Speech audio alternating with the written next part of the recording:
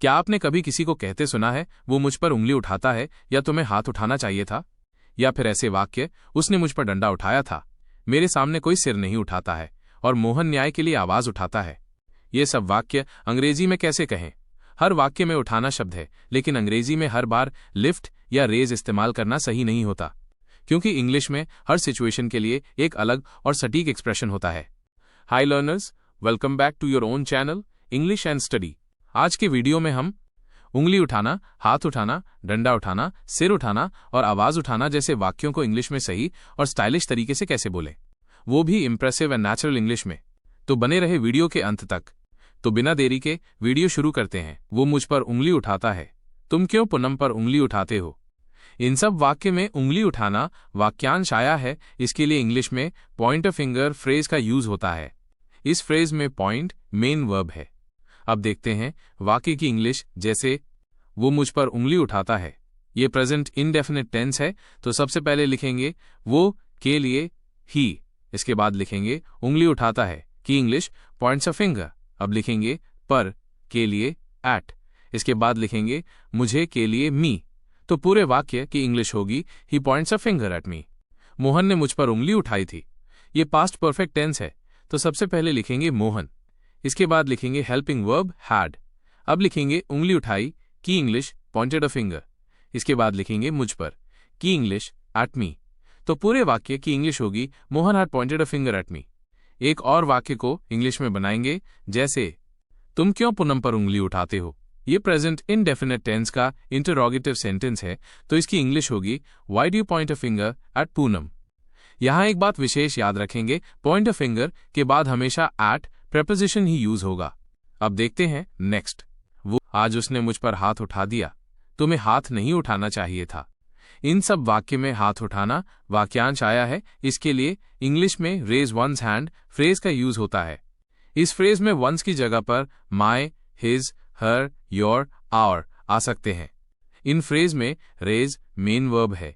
अब देखते हैं वाक्यों की इंग्लिश। जैसे आज उसने मुझ पर हाथ उठा दिया, ये पास्ट इंडेफिनिट टेंस है, तो सबसे पहले लिखेंगे आज की इंग्लिश टुडे, इसके बाद लिखेंगे वह के लिए ही, इसके बाद लिखेंगे हाथ उठा दिया की इंग्लिश रेज्ड हिज हैंड, इसके बाद लिखेंगे मुझ पर की इंग्लिश ऑन मी, तो पूरे वाक्य की इंग्लिश होगी today he raised his hand on me. तुम्हें हाथ नहीं उठाना चाहिए था। इस वाक्य को मोडल वर्ब शुड से बनाएंगे, तो सबसे पहले लिखेंगे तुम्हें की इंग्लिश यू, इसके बाद लिखेंगे नहीं चाहिए था के लिए शुड नॉट हैव, इसके बाद लिखेंगे हाथ उठाना की इंग्लिश रेज्ड योर हैंड, तो पूरे वाक्य की इंग्लिश होगी you should not have raised your hand. एक और वाक्य को इंग्लिश में बनाएंगे, जैसे अब मैं किसी पर हाथ नहीं उठाऊंगा, ये फ्यूचर सिंपल टेंस है, तो इंग्लिश होगी now I won't raise my hand on anyone. यहां ध्यान देंगे हैंड के बाद हमेशा ऑन प्रीपोजिशन ही लिखेंगे। अब देखते हैं नेक्स्ट। वो मुझे पीटने के लिए डंडा उठा रहा है, मैं उसे पीटने के लिए हॉकी उठाऊंगा। इन सब वाक्य में कोई सामान किसी को पीटने के लिए हाथ में उठाया गया है, तो इसके लिए इंग्लिश में पिकअप फ्रेजल वर्ब का यूज होता है। अब देखते हैं वाक्यों की इंग्लिश। जैसे वो मुझे पीटने के लिए डंडा उठा रहा है, ये प्रेजेंट कंटिन्यूअस टेंस है, तो सबसे पहले लिखेंगे वो के लिए ही, इसके बाद लिखेंगे है के लिए इज, इसके बाद लिखेंगे उठा रहा की इंग्लिश पिकिंग अप। अब देखते डंडा की इंग्लिश अ स्टिक, अब लिखेंगे के लिए की इंग्लिश टू, इसके बाद लिखेंगे मुझे पिटना की इंग्लिश बीट मी, तो पूरे वाक्य की इंग्लिश होगी he is picking up a stick to beat मी।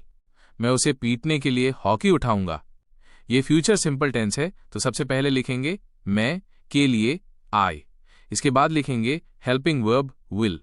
अब लिखेंगे उठाना की इंग्लिश पिकअप, इसके बाद लिखेंगे हॉकी की इंग्लिश अ हॉकी स्टिक, इसके बाद लिखेंगे के लिए की इंग्लिश टू, अब लिखेंगे उसे पीटना की इंग्लिश बीट हिम, तो पूरे वाक्य की इंग्लिश होगी I will pick up a hockey stick to beat him.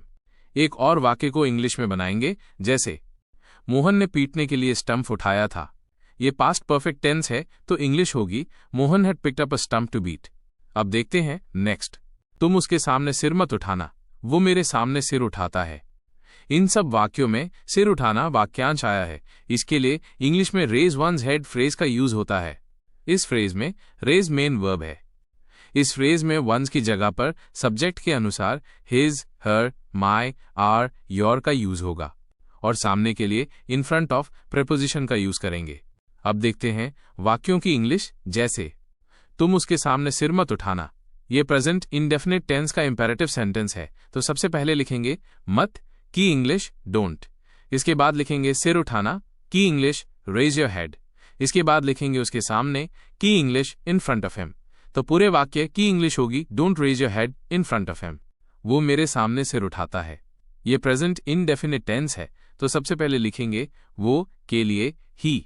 इसके बाद लिखेंगे सिर उठाता की इंग्लिश रेजेस हिज हेड। अब लिखेंगे मेरे सामने की English in front of me, तो पूरे वाक्य की इंग्लिश होगी ही raises his head in front of me. एक और वाक्य को इंग्लिश में बनाएंगे। जैसे वो मोहन के सामने अब सिर नहीं उठाएगा। ये फ्यूचर सिंपल टेंस का नेगेटिव सेंटेंस है, तो इसकी इंग्लिश होगी he will not raise his head in front of Mohan any more. अब देखते हैं नेक्स्ट। वो न्याय के लिए आवाज उठा रहा है, वो झूठ के खिलाफ आवाज नहीं उठाएगा। इन सब वाक्य में आवाज उठाना वाक्यांश आया है, इसके लिए इंग्लिश में रेज वंस वॉइस का यूज होता है। इस फ्रेज में रेज मेन वर्ब है। इस फ्रेज में वंस की जगह पर इंग्लिश सेंटेंसेस में सब्जेक्ट के अनुसार his, her, our, your, my use होंगे। अब देखते हैं वाक्यों की इंग्लिश। जैसे वो न्याय के लिए आवाज उठा रहा है, ये प्रेजेंट कंटिन्यूअस टेंस है, तो सबसे पहले लिखेंगे वो के लिए ही। इसके बाद लिखेंगे है के लिए इज। अब लिखेंगे आवाज उठा रहा की इंग्लिश रेजिंग हिज वॉइस। अब लिखेंगे के लिए फॉर। अब लिखेंगे न्याय के लिए जस्टिस, तो पूरे वाक्य की इंग्लिश होगी he is raising his voice for justice. ये ध्यान देंगे जस्टिस के पहले फॉर प्रेपोजिशन का ही यूज होगा। वो झूठ के खिलाफ आवाज नहीं उठाएगा। ये फ्यूचर सिंपल टेंस है, तो सबसे पहले लिखेंगे वो की इंग्लिश ही। इसके बाद लिखेंगे हेल्पिंग वर्ब विल। अब लिखेंगे आवाज नहीं उठाएगा की English not raise his voice. अब लिखेंगे झूठ के खिलाफ की इंग्लिश अगेंस्ट लाइज, तो पूरे वाक्य की इंग्लिश होगी he will not raise his voice against lies. एक और वाक्य को इंग्लिश में बनाएंगे। जैसे हम न्याय के लिए आवाज उठाएंगे, ये फ्यूचर सिंपल टेंस है, तो इंग्लिश होगी we will raise our voice for justice. इस प्रकार आप और भी कई वाक्य को इंग्लिश में बना सकते हैं। अब एक वाक्य आपके लिए है, वो मुझ पर हाथ उठाता है। इसकी इंग्लिश कमेंट बॉक्स में बनाइए। फ्लुएंट इंग्लिश बोलना सीखो के वीडियो की लिंक इस वीडियो के डिस्क्रिप्शन बॉक्स में है। ये वीडियो खत्म होने के बाद फ्लुएंट इंग्लिश बोलना सीखो का वीडियो जरूर देखना। अब इस क्लास को यहीं समाप्त करते हैं। कोई भी डाउट हो या कोई भी क्वेश्चन हो तो कमेंट बॉक्स में कमेंट कर दीजिए। Please and please like, subscribe and share